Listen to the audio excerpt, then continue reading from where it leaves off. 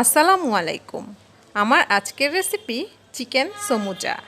Street food হিসেবে এই chicken সমুচাগুলি খেতে কিন্তু দারুণ মজার হয়, কিন্তু স্ট্রিট ফুডগুলি কতটা স্বাস্থ্যসম্মত হয় সেটা নিয়ে কিন্তু প্রশ্ন থেকেই যায়।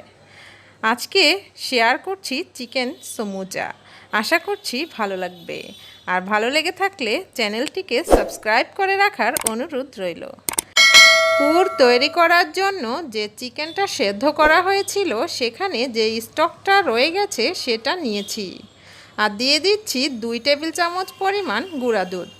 তারপর খুব ভালোভাবে মিশিয়ে নিচ্ছি আর রেখে দিচ্ছি এক সাইডে। চলে যাচ্ছি চুলায় একটা প্যান বসিয়ে তারপর এতে দিয়ে দিচ্ছি 50 গ্রাম পরিমাণ বাটার।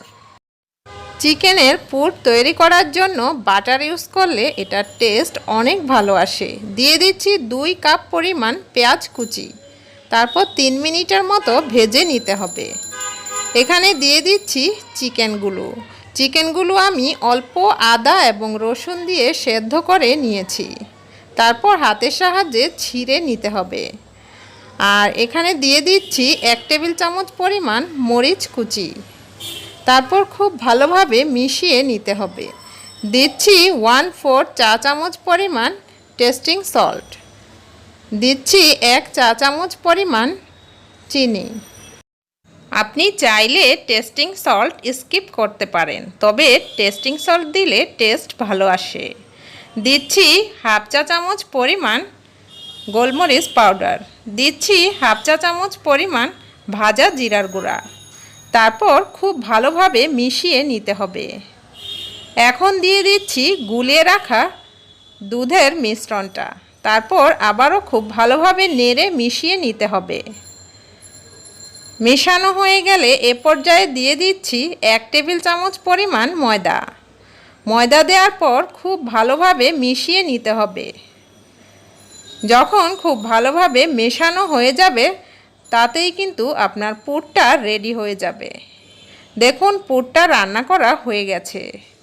চলে যাচ্ছি নেক্সট স্টেপে। এখন নিয়ে নিচ্ছি একটি বড় বাটি। দিচ্ছি 1 কাপ পরিমাণ ময়দা।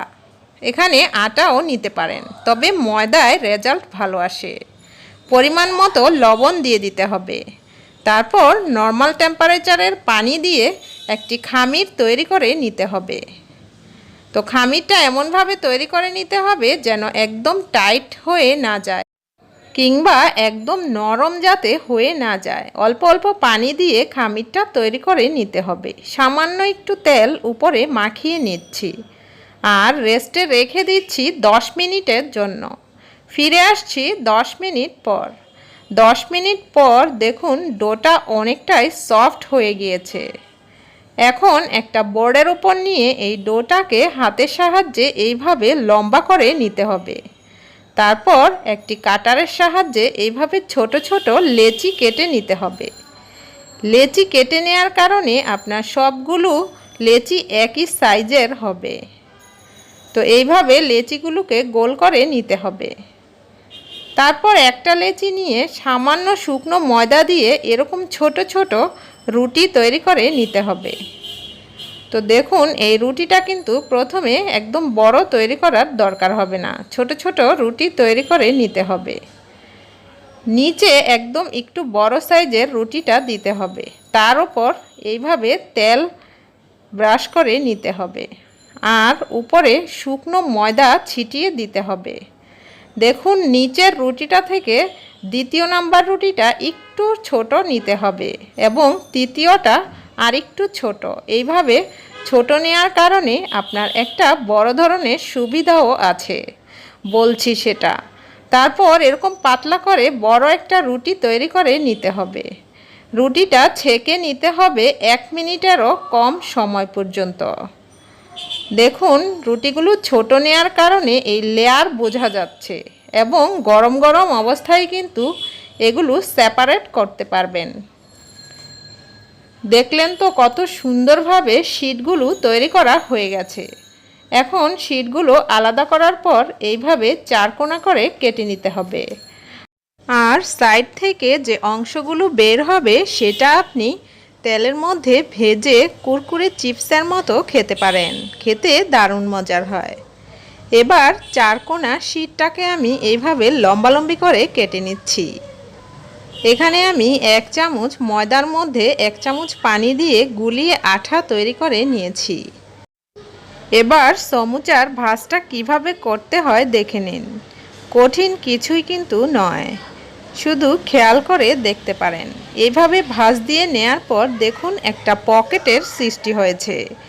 এই পকেটের মধ্যে এখন আমি পুর দিয়ে দিচ্ছি। পুরটা কিন্তু একদম বেশি পরিমাণে দিতে যাবেন না, না হয় কিন্তু আপনার এই সমুচাগুলো ভালোভাবে সিল করা যাবে না। তারপর মুখের মধ্যে এইভাবে একটু চাপ দিয়ে নিতে হবে। আর তৈরিকৃত আঠাটা ময়দার আঠা লাগিয়ে নিচ্ছি। তারপর এইভাবে টাইট করে দেখুন স্কিনে কিভাবে আমি ভাঁজ দিয়ে নিচ্ছি। ঠিক এইভাবেই কিন্তু সমুচার ভাঁজ দিয়ে নিতে হবে। তেমন কঠিন কিন্তু কোনো বিষয় না, শুধু একটু খেয়াল করলেই কিন্তু আপনি বানাতে পারেন।